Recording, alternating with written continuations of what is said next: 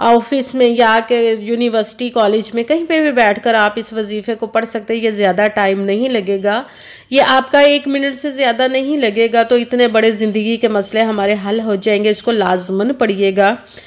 آپ نے اگر ویڈیو اچھی لگے تو اس کو لائک ضرور کیجیے گا اور آگے بھی شیئر کر دیجیے گا، تاکہ کسی دوسرے کو ہماری وجہ سے فائدہ پہنچے تو ہمارے لیے صدقہ جاریہ بن جائیں۔ اور جو نئے ہیں اس چینل پر، اس چینل کو سبسکرائب ضرور کر لیں اور بیل آئیکن کو بھی دبا لیں، تاکہ میری اگلی آنے والی ویڈیو آپ تک پہنچ سکے۔ اور آپ نے جب وظیفہ کرنے لگے تو کمنٹس میں اپنا نام اور جہاں آپ رہتے ہیں اس جگہ کا نام ضرور لکھنا، تاکہ میں بھی آپ لوگوں کے لیے دعا کر سکوں، اور پھر وظیفے کی بھی آپ لوگوں کو اجازت مل جائے گی۔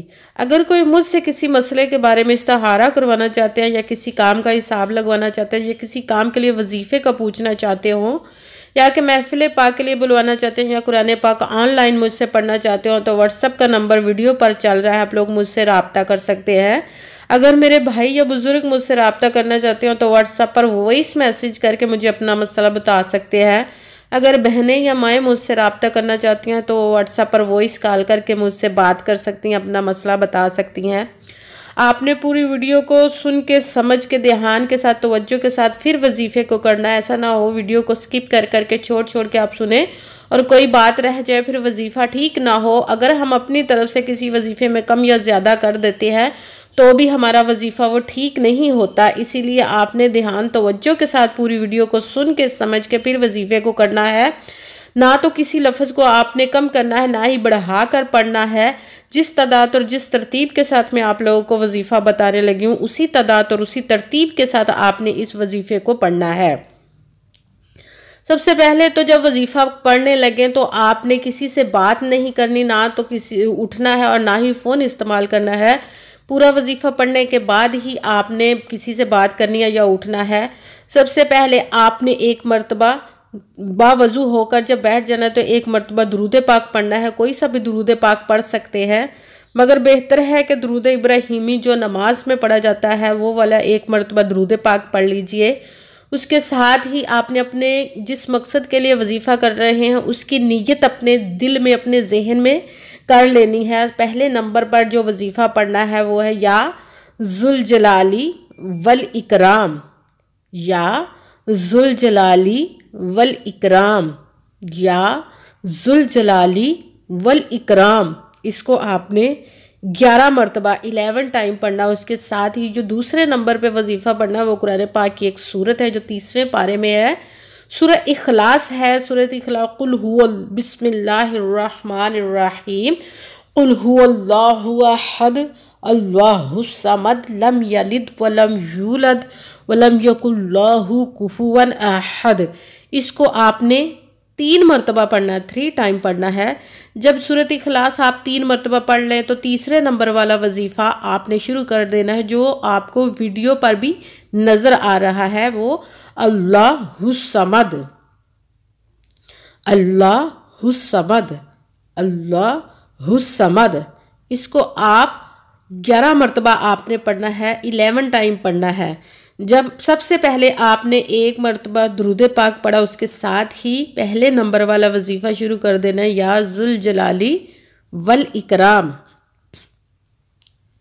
اس کو آپ نے 11 مرتبہ 11 ٹائم پڑھ کے دوسرے نمبر پر جو وظیفہ شروع پڑھ لینا ہے آپ نے وہ ہے سورۃ اخلاص۔ 1 مرتبہ بسم اللہ شریف پڑھ کے سورۃ اخلاص کو آپ نے 3 مرتبہ پڑھنا ہے۔ سورۃ اخلاص کو 3 مرتبہ پڑھنے سے آپ کو 70 قرآن پاک مکمل کرنے کا ثواب ملے گا، کیونکہ عام دنوں میں جب ہم سورۃ اخلاص 3 مرتبہ پڑھتے ہیں تو ہمیں 1 قرآن پاک کا ثواب ملتا ہے، اور ماہ رمضان میں 70 گنا وہ ثواب بڑھ جاتا ہے۔ تو اسی لیے آپ جب 3 مرتبہ سورۃ اخلاص کو پڑھیں گے تو آپ کو 70 قرآن پاک پڑھنے کا ثواب ملے گا۔ آپ نے اس سورۃ اخلاص دوسرے نمبر پر جو وظیفہ پڑھنا ہے سورۃ اخلاص کو آپ نے 3 مرتبہ پڑھنا ہے۔ اس کے بعد تیسرے نمبر والا وظیفہ آپ نے شروع کر دینا ہے، اللہ الصمد۔ اس کو آپ نے 11 مرتبہ پڑھنا ہے۔ جب یہ تیسرے نمبر والا بھی وظیفہ پڑھ لیا تو پھر آپ نے وہی درود پاک 1 مرتبہ پڑھنا ہے جو درود پاک آپ نے وظیفہ شروع کرنے سے پہلے پڑھا تھا۔ 1 مرتبہ درود پاک پڑھ کے آپ نے سجدے کی حالت میں چلے جانا ہے۔ سجدے میں جا کر سب سے پہلے نمبر پر تو آپ نے اپنے گناہوں کی خوب دعا مانگنی ہے، بخشش کی دعا مانگنی ہے۔ جب اپنے گناہوں کی بخشش کی دعا مانگ لیں تو آپ جس مقصد جس حاجت کے لیے آپ نے اس وظیفے کو کیا اس کی خوب دعا کیجئے گا، اور آپ نے دعاؤں میں مجھے بھی یاد رکھنا، میرے لیے بھی دعا کیجئے گا۔ جزاک اللہ خیرہ۔ جس مقصد جس حاجت کے لیے آپ نے اس وظیفے کو کیا ہے، رب کائنات اپنے پیارے محبوب کے صدقے، اس پیارے پیارے ماہ مبارک کے صدقے اور اپنے حکم سے آپ کی تمام اور نیک جائز حاجات کو قبول و منظور عطا فرمائے، آمین ثم آمین۔ السلام علیکم ورحمۃ اللہ وبرکاتہ۔